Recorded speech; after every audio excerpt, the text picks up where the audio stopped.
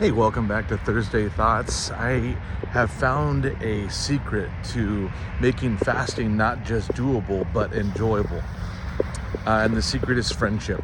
If you've joined us here in the Fasting in February challenge, you know that we've been fasting on Wednesdays from sunrise to sunset.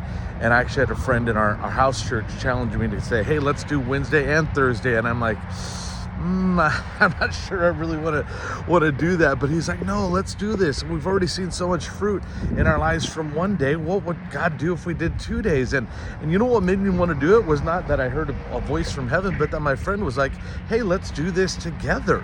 And so we've just been encouraging each other and texting each other. And I realized this is solving two things. One, it's encouraging me, and my friendship with my friend is actually growing, but also the point of fasting is that we would have a deeper union with God. My friendship with God is deepening as I set aside food and spend that time with Him. And I think some of us, if you're like me, you've grown up in the church, if you heard about fasting at all, it was probably the passage in Matthew 6 where Jesus says, when you fast, so notice he didn't say if you fast, he says when you fast, when you pray. Don't be like the religious leaders that make a big show of it and are virtue signaling. Do it with the Father.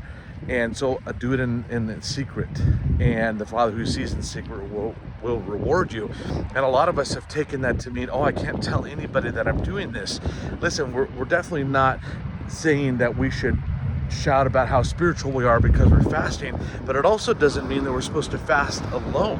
And what we've been finding in our house churches is that as we're doing it in community, which of course you see all through the Old Testament and the New Testament, fasting and prayer were always in the context of community. We're seeing this encouragement grow, almost this momentum growing as we spur each other on towards this deeper walk with God.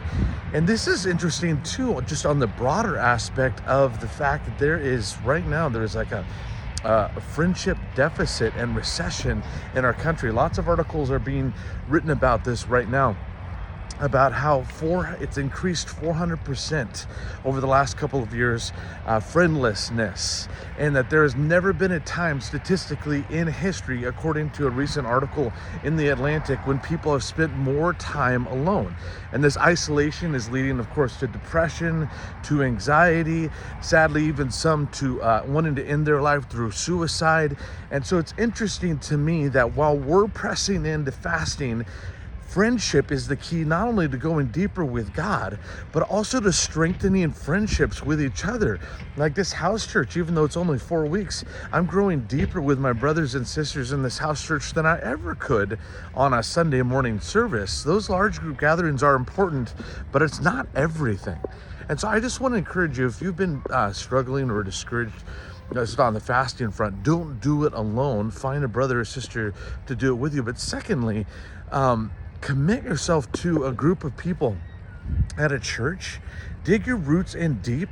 If you've been isolated, if you've been finding yourself stuck spiritually, God's pathway forward out of this friendship recession is through community, so that we can actually encourage each other to grow closer with Him and closer with each other.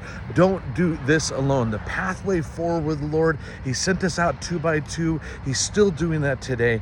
If you're looking for a relationship, I want to invite you to the Father's house on Sunday mornings at 8:30 and 10, and also to plug into one of our growth groups as well.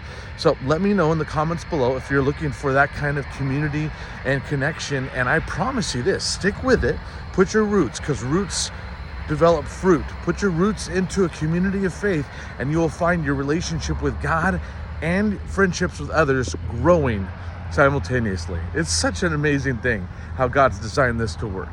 God bless.